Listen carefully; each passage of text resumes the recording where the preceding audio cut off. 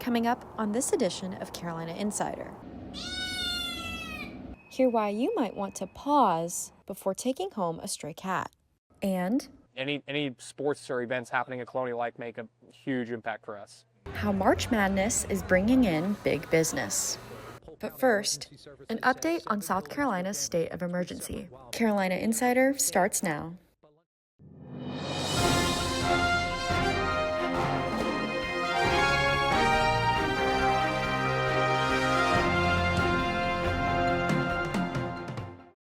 Hello, and thank you for joining us. I'm Abby Tam. A burn ban remains in place in South Carolina out of concern for the ongoing wildfires.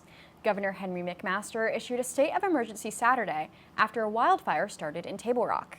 State forestry officials say the Table Rock fire is still burning, but mostly under control. South Carolina is not the only state battling wildfires. In North Carolina, 3 wildfires grew in size over the weekend. They're burning in Polk and Henderson counties, east of Hendersonville. State fire officials have issued several mandatory evacuations. North Carolina's burn ban also remains in effect until further notice. Here on campus, chances are good you've seen big groups of people walking around, some with maps and their phones out. USC is seeing an influx of students wanting to take a look at the campus. It's that time of year where future students sign up for a tour here at South Carolina. The USC Visitor Center reported that over 13,000 people are registered to take a tour between March and April. That's because the university admitted a record number of freshmen for next year. Tours are so popular that more than 1,000 people are on the wait list. Whether you're a sports fan or not, you know March Madness is in the air. The Gamecocks are on their way to Alabama and the Sweet 16, where they'll play Maryland on Friday. And the athletes aren't the only ones performing well.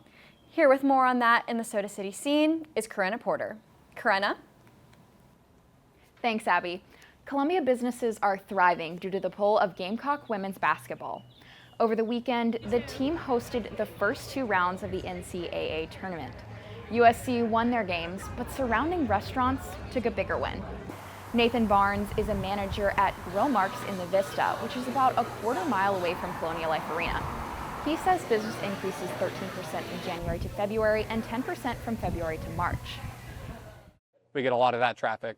So any sports or events happening at Colonial Life make a huge impact for us. The city of Columbia estimates the NCAA tournament could generate up to $1 million in revenue for the region. This is the 11th straight year South Carolina advanced to the Sweet 16. Our sports team will see you here tomorrow for our full women's basketball updates. Back to you in the studio, Abby. Thanks, Karenna. Turning to a different community at USC, cat lovers. You may have seen some stray cats in and around campus, but as Carolina Insider's Haley Brown reports, if you want to take one home, perhaps the risk is higher than the reward.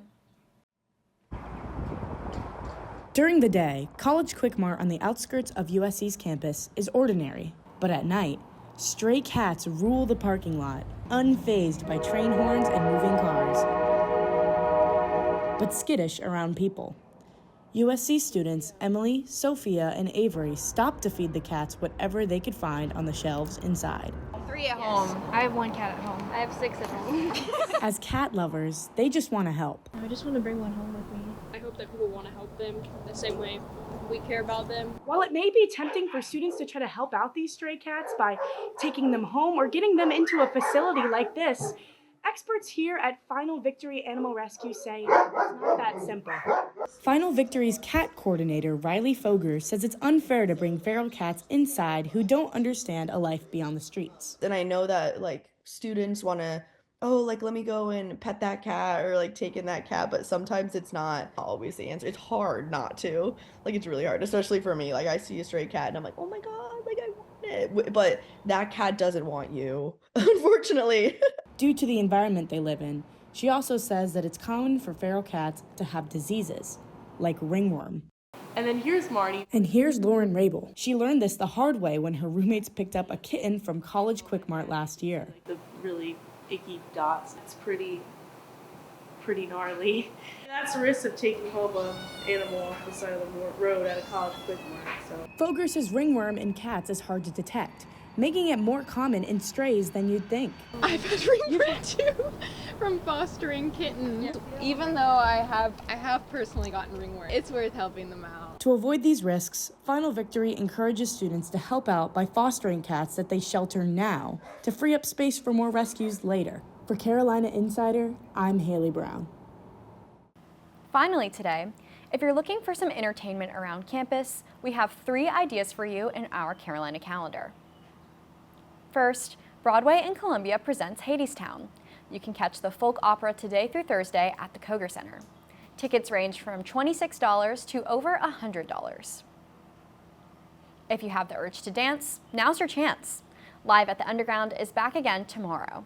You can enjoy live music in Russell House Room 9, and admission is free. Lastly, if you'd like to support a good cause, the Midlands Heart Walk is happening this Saturday at Segra Park.